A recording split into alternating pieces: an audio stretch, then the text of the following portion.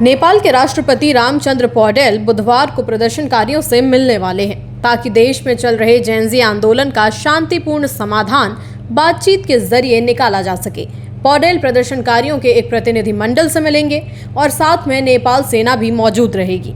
PM KP ओली के इस्तीफे को स्वीकार करने के बाद पौडेल ने मंगलवार देर रात बातचीत के बारे में सोचा। हिमालयन टाइम्स के मुताबिक राष्ट्रपति के आधिकारिक बयान में कहा गया कि संकट को और खून खराबा या तबाही किए बिना बातचीत से सुलझाना चाहिए। बयान में लिखा है कि मैं सभी पक्षों से अपील करता हूं कि शांति बनाए रखें, देश को और नुकसान ना पहुंचाएं और बातचीत की मेज पर आएं।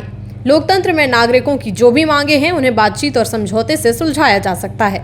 नेपाल सेना प्रमुख अशोक राज सिंहदेल ने भी एक वीडियो संदेश में प्रदर्शनकारियों से अपील की कि वे बातचीत के लिए आगे आएं और प्रदर्शन बंद कर दें ताकि आगे जान माल का नुकसान ना हो। उधर नेपाल के पूर्व प्रधानमंत्री बाबूराम भट्टराई ने जेनजी प्रदर्शनकारियों से बात करते हुए चेतावनी दी कि जेनजी का आंदोलन कुछ बाहरी लोग छिपे हुए एजेंडे के तहत बिगाड़ सकते हैं। भट्टराई ने कहा कि संसद, सिंह दरबार, अदालतों, गृह मंत्रालय, राजनीतिक दफ्तरों और नेताओं के घरों पर जो हाल में हमले हुए हैं वो असली प्रदर्शनकारियों का काम नहीं लगता। भट्टराई ने युवाओं से कहा कि खुद से सवाल करें और पहचानें कि असली जिम्मेदार कौन है। द काठमांडू पोस्ट की रिपोर्ट के मुताबिक नवलपरासी पश्चिम जिला जेल में आग लगाकर और रिहाई की मांग करते हुए नारेबाजी करके 500 से ज्यादा कैदी फरार हो चुके हैं। इसी के साथ आपको बता दें कि नेपाल में चल रहा कर्फ्यू बुधवार शाम 5 बजे तक जारी रहेगा। इसकी वजह है कि कुछ असामाजिक तत्व प्रदर्शन में घुसकर तोड़फोड़, आगजनी, लूटपाट, लोगों पर हमले और यौन शोषण की कोशिश जैसे कि घटनाओं में शामिल हो रहे हैं। सेना ने चेतावनी दी है कि ऐसे कामों को अपराध मानते हुए सख्ती से कार्रवाई की जाएगी। जरूरी सेवाओं जैसे कि एम्बुलेंस, फायर ब्रिगेड, शव वाहन, स्वास्थ्य कर्मी और सुरक्षा बलों की गाड़ियां चल सकती हैं, लेकिन उन्हें स्थानीय प्रशासन से मंजूरी लेनी होगी। सेना ने इस दौरान जान और माल के नुकसान पर दुख जताया और लोगों से कहा कि केवल भरोसेमंद जानकारी पर ही विश्वास करें। राजनीतिक समाधान के लिए बातचीत जारी है और सेना ने भरोसा दिलाया है कि वो सभी नागरिकों की सुरक्षा और भलाई के लिए प्रतिबद्ध है।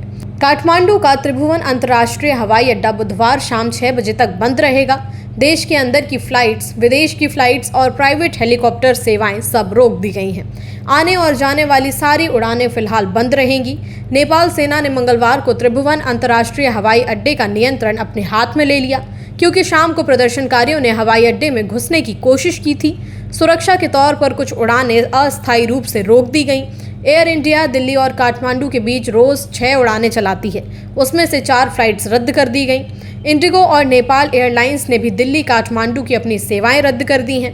नेपाल आंदोलन की वजह से भारत में रह रहे लोगों पर भी असर पड़ रहा है।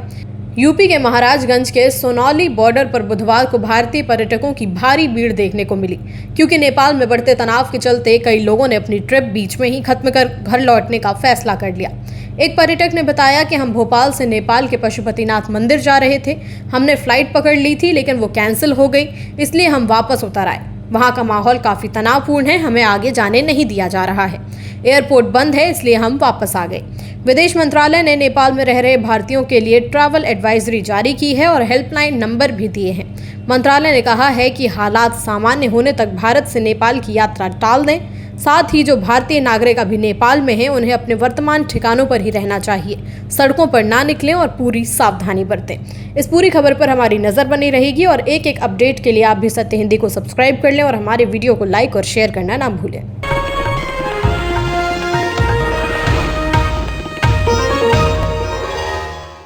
Copyright disclaimer under Section 107 of the Copyright Act 1976. Allowance is made for fair use for purposes such as criticism, comment, news reporting, scholarship, and research.